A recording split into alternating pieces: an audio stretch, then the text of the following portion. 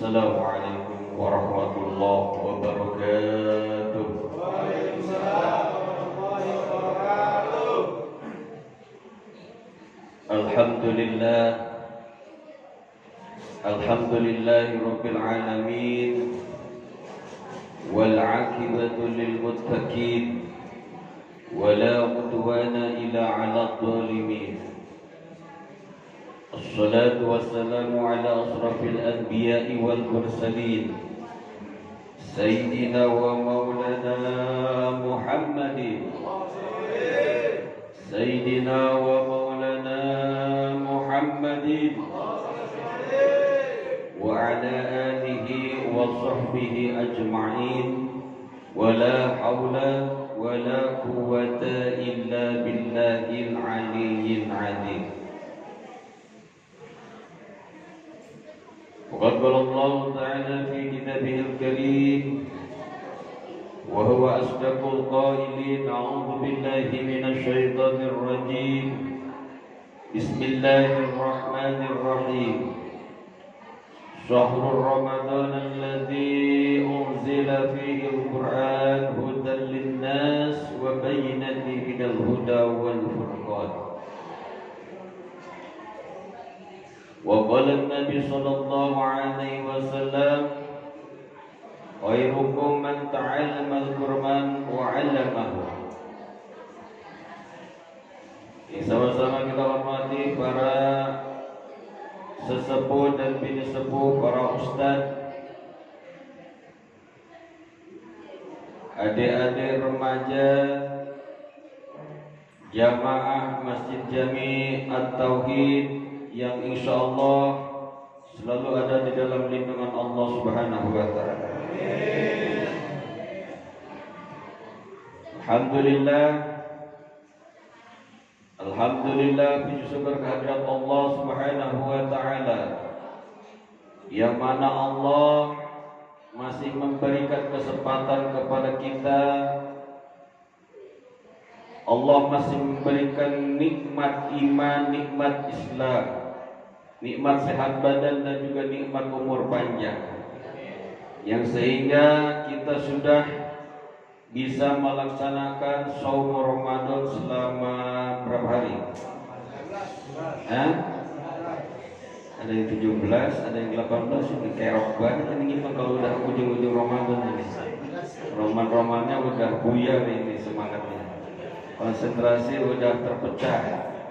Satu mikirin mudik, satu mikirin baju baru, satu mikirin daging, gitu ya. Padahal mudik udah dilarang. Jadi besok jangan bilang mudik ya, kalau dicegat polisi bilangnya apa? Wisata ke kampung. Kalau wisata nggak dilarang Pak, mudik yang dilarang. Ya. Bukan ngompor-ngomporin, emang begitu adanya. Benar gak? Iya.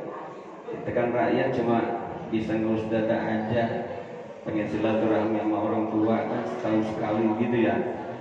Tapi kita berdoa mudah-mudahan keadaan ini, situasi ini cepat berlalu, cepat berakhir. Kita pengen situasi yang normal kembali. Betul gak? Kita kumpul kagak dilarang, hajatan kagak dilarang, maulidan kagak dilarang, benar gak? Sekarang kan masih dilarang.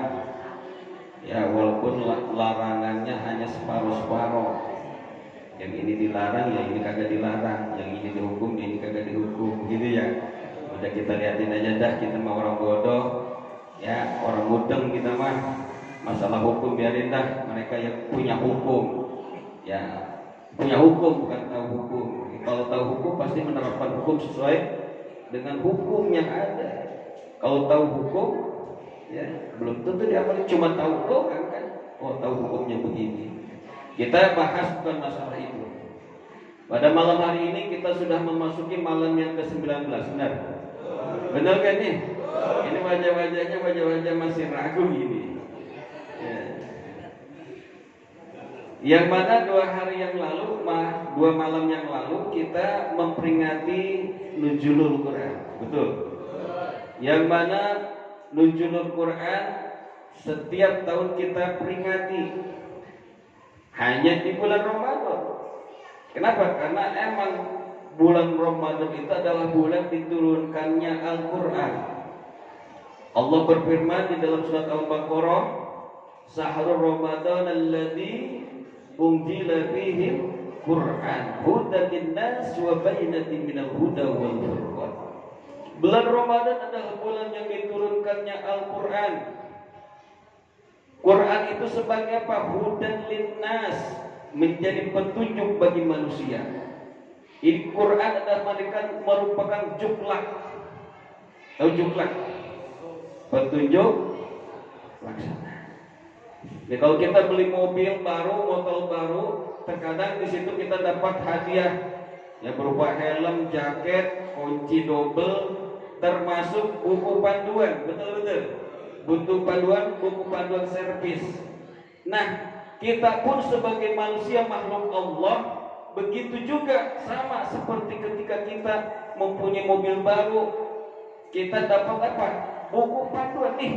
Buku panduan bagi kita umat Islam adalah Al-Quran. Hudan linnas, petunjuk bagi manusia. Jadi mau apapun, ya perlu apapun, ilmu apapun, semua masalah solusinya ada di dalam Al-Quran. Maka kita terkadang ketinggalan umat Islam yang mengaku kitab sucinya Al-Quran, tapi cuma hanya sekedar dibaca saja, kalah sama orang-orang Barat, orang-orang Orientalis. Mereka justru mendalami Al-Quran.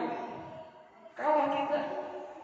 Kita cuma pintar baca, pintar nerjemahin doang. Orang-orang Barat yang notabene orang non-Muslim, justru Al-Quran menjadikan sumber bagi dia.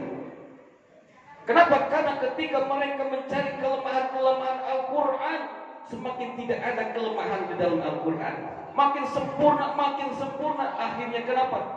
Banyak orang-orang yang dari awalnya dia bermaksud untuk mencari kelemahan Al-Quran, tetapi karena mukjizat Al-Quran Allah yang menjaganya langsung, itu orang yang asalnya benci jadi masuk Islam. Banyak orang-orang Orientalis, orang-orang Barat yang benci asalnya kepada Islam, setelah dia mendalami Al-Quran untuk mencari kelemahan Al-Quran, justru dia menemukan kesempurnaan di dalam Al-Quran. Justru kita sebenarnya yang seharusnya kita sebagai umat Islam yang mengaku Al-Quran sebagai pegangannya, sebagai petunjuknya, kita jadikan apa? Imam ini Al-Quran, menjadikan pemimpin yang ada di depan kita. Maka di dalam kalimat kaidah, ya, di dalam kalimat kaidah sering kita baca tuh, raditu billahi robba wa bil islami dina wa bi muhammadin nabiyya wa rasula wa bil qur'ani imama. Yang artinya apa? Raditu billahi robba, aku ridho Allah menjadi Tuhanku. Wa bil islami dan aku ridho Islam menjadi agamaku. Wa bi muhammadin nabiyyin, aku ridho Nabi Muhammad sebagai nabi dan rasulku. Wa bil qur'ani imama, dan aku ridho rela ikhlas Al-Quran menjadi imamku. Maka ketika Al-Quran dijadikan imam bagi kita, itu Al-Quran akan menuntun kita masuk surga. Tetapi sebaliknya, apabila Al-Quran dijadikan belakang kita, itu Al-Quran akan mendorong kita masuk ke dalam api neraka. Na'udzu. Makanya kita sudah jelas di dalam kaidah kita, ya, kita menyatakan keriduan, keikhlasan sebagai Allah menjadi Tuhan kita, Islam menjadi agama kita, Nabi Muhammad menjadi Rasul dan Nabi kita, Quran menjadi imam kita. Saya mau nanya nih sama ibu-ibu, Bu, ibu-ibu kalau Ustaz lagi ngaji, lagi ceramah, ikut ceramah, ngomong, gitu sih ibu banyak, mulutnya banyak ibu. Bu, kedengeran gak? Bu, saya mau nanya, ibu ridho gak Allah menjadi Tuhan ibu? Bukan kagak mudeng kan, kedenger? Tadi kan udah kita jelaskan. Raditu billahi robba, aku ridho Allah menjadi Tuhanku. Saya menanya nih, kira-kira ibu-ibu ridho Allah menjadi Tuhan kita? Bu, ini kagak suaranya ada nggak orangnya? Jangan-jangan cuma penampakan aja ini. Ibu ridho enggak Islam menjadi agama ibu? Jawab, Bu. Nggak ada yang jawab. Jangan-jangan nggak ridho Islam menjadi agamanya nih. Nabi Muhammad ridho nggak jadi Nabi Muhammad Ibu? Ridho. Kenceng kalau masuk itu.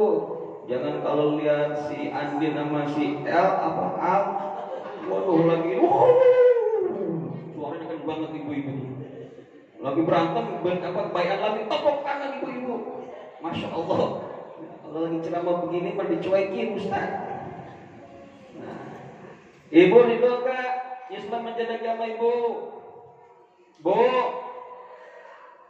Nabi Muhammad ridho nggak jadi Nabi Muhammad, Nabi Ibu? Ridho. Saya mau nanya lagi, ridho nggak kalau suaminya kawin lagi? Oh, kenceng banget kalau urusan begini mas.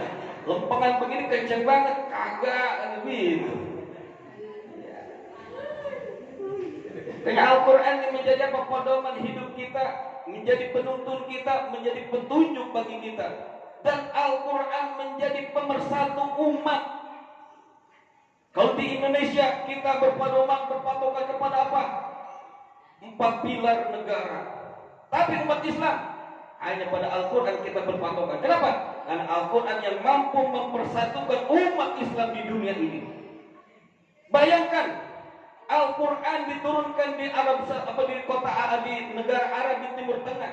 Tapi Al-Quran di negara manapun nggak pernah Al-Quran menjadi berubah. Betul nggak?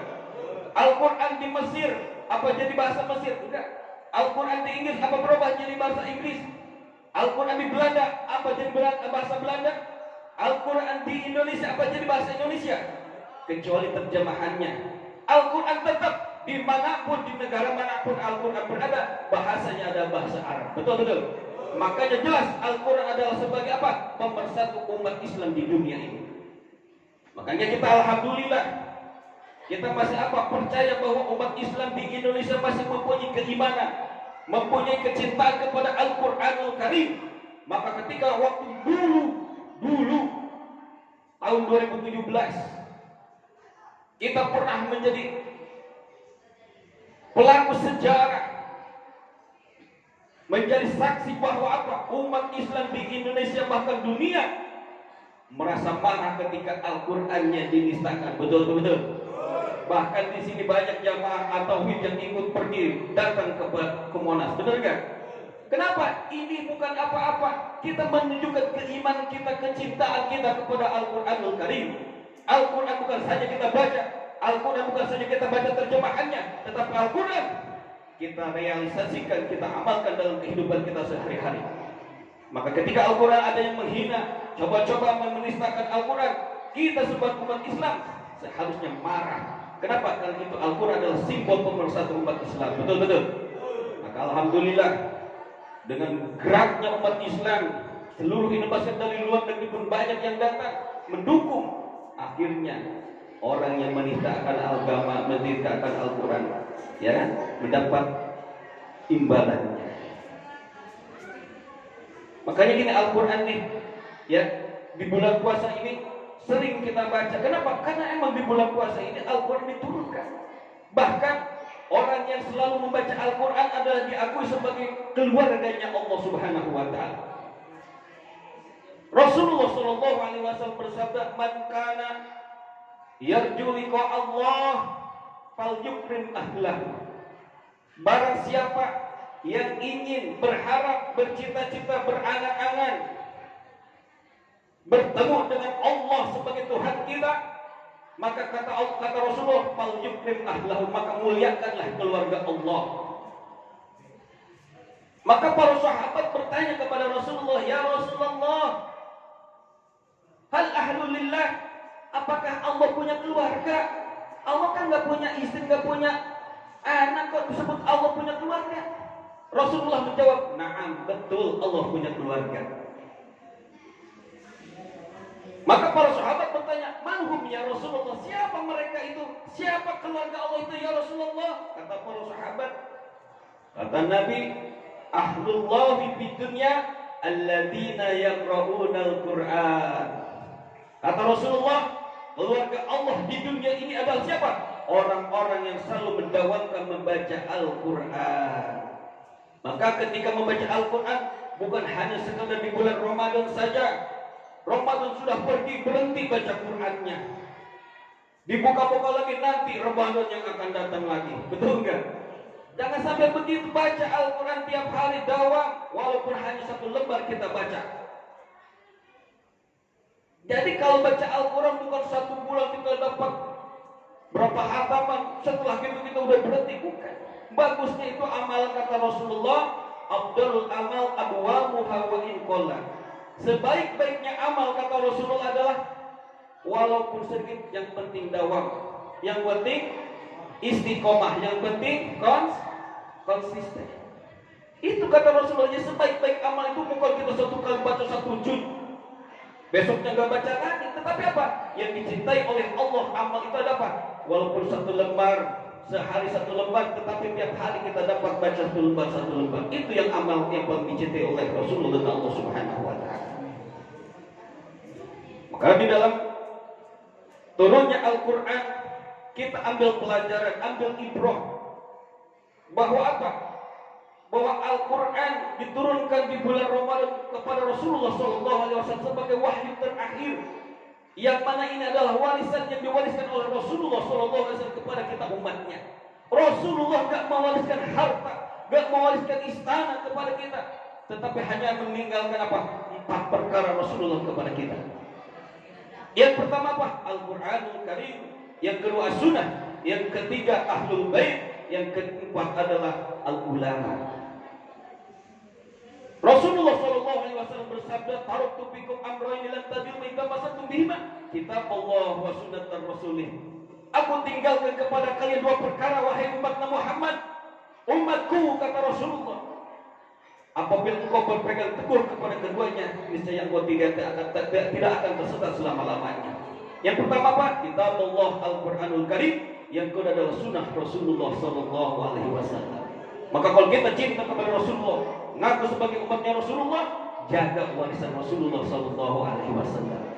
Jangan sampai ketika kita mengaku sebagai umat Rasulullah, bangga sebagai umatnya Rasulullah, tapi nanti di yaumil kiamah, ketika kita berhadapan dengan Rasulullah, Rasulullah kagak kenal kita. Rugi enggak? Rugi enggak? Justru kita berharap nanti di yaumil kiamah itu ada di bawah barisannya Rasulullah, ada di bawah benderanya Rasulullah. Bahkan di setiap Ramadan setelah sholat witir kita baca doa kamilin. Dibaca nggak di sini? Dibaca nggak? Di situ ada 1 kalimat yang berbunyi, wa tahta liwa'i Muhammadin sallallahu alaihi wasallam yaumal qiyamati sa'irin. Baca nanti ada tuh.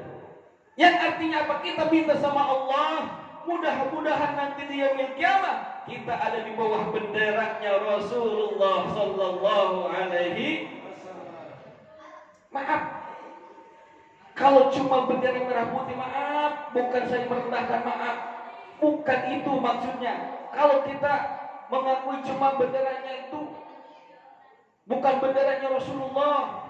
Rasulullah benderanya apa? Kalimat la ilaha illallah Muhammadur Rasulullah. Kita cinta kepada NKRI, cinta kepada merah putih, tetapi kita jangan sampai tidak mengakui bahwa benderanya Rasulullah adalah kalimat la ilaha illallah Muhammadur Rasulullah. Itu adalah benderanya Rasulullah.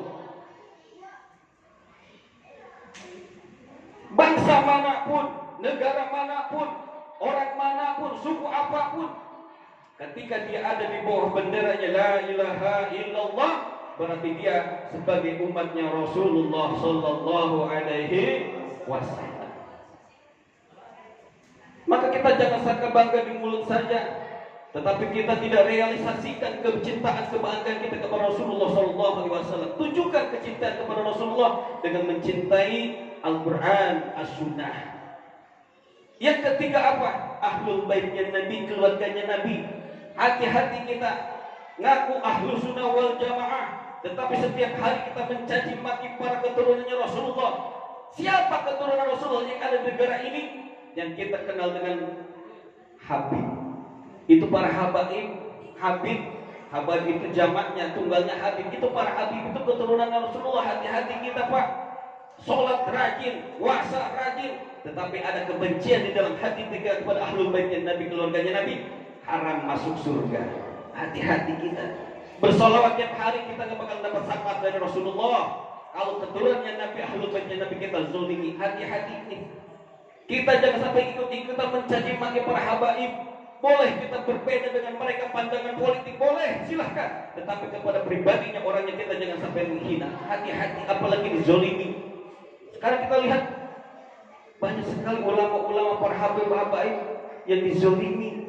Karena apa? Cuma beda pandangan politik saja. Masya Allah, hati-hati. Padahal apa? Allah berfirman sudah jelas di dalam Al-Quran, di dalam surat Asy-Syura. Ini baca nih. Al-Quran di surat Asy-Syura ayat 23 nih, kalau pengen tahu dalilnya. Tentang kecintaan kita kepada ahlul bait keluarganya Nabi. Allah berfirman, "Qul la as'alukum 'alaihi ajran illa mawaddah fil qurba," kata Allah. Katakan Muhammad, sampaikan kepada umatmu, aku tidak mengharap alasan daripada kebaikanku, kata Rasulullah. Cuma apa mengharap Rasulullah? Ila mawaddah fil qurba, kecuali cinta kepada kerabatku, keluargaku, kata Rasulullah sallallahu alaihi wasallam. Rasulullah betapa cintanya kepada kita, betapa banyak kebaikan Rasulullah kepada kita, Pak. Tapi Rasulullah nggak berharap kebaikan itu dibalas oleh kita. Cuma berharap apa? Cuma cintai keluargaku, kata Rasulullah. Hati-hati kita nih. Saya pun nggak merinding kalau ada orang menyebut Habib Rizik, cuma menyebutnya Sirizik. Masya Allah, itu ahlul baitnya Nabi. Beliau itu keturunannya Nabi, jelas silsilahnya kepada Rasulullah SAW. Karena gak sembarangan ngaku Habib, karena ada catatannya.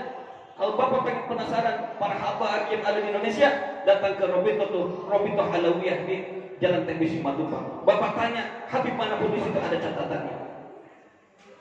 Hati-hati kita.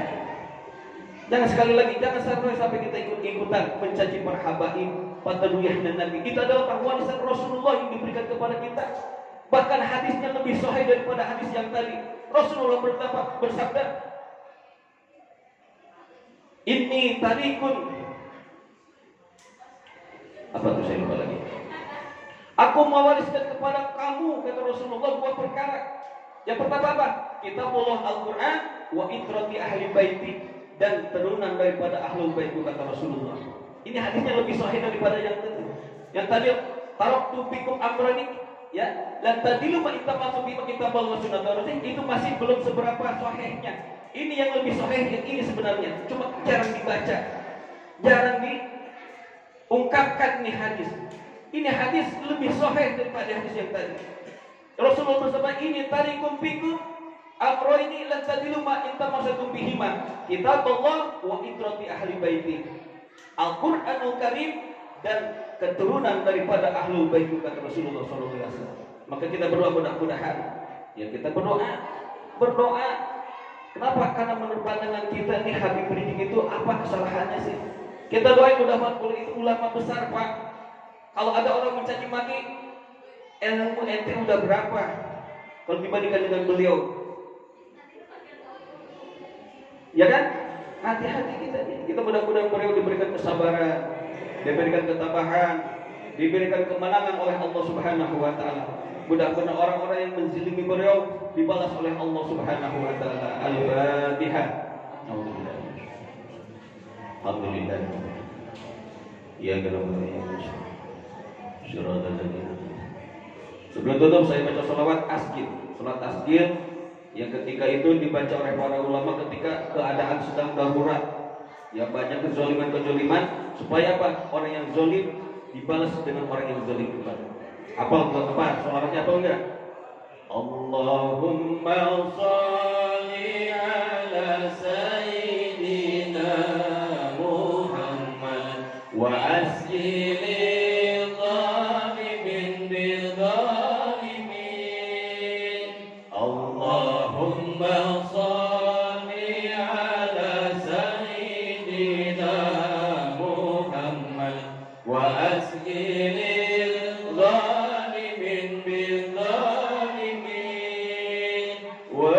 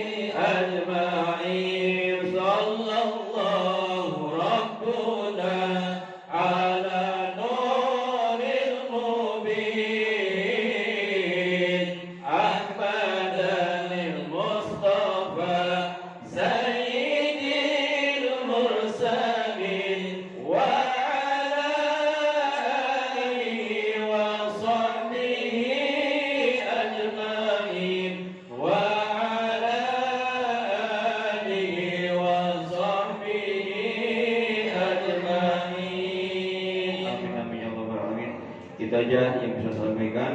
Mohon maaf atas segala kekurangan. Apabila ada kesalahan itu adalah dari kebodohan dan kehilapan saya. Kebenarannya itu adalah langsung dari Allah dan Rasulullah SAW. Itu aja. Bila itu bikin hidayah. Assalamualaikum warahmatullahi wabarakatuh. Waalaikumsalam warahmatullahi wabarakatuh.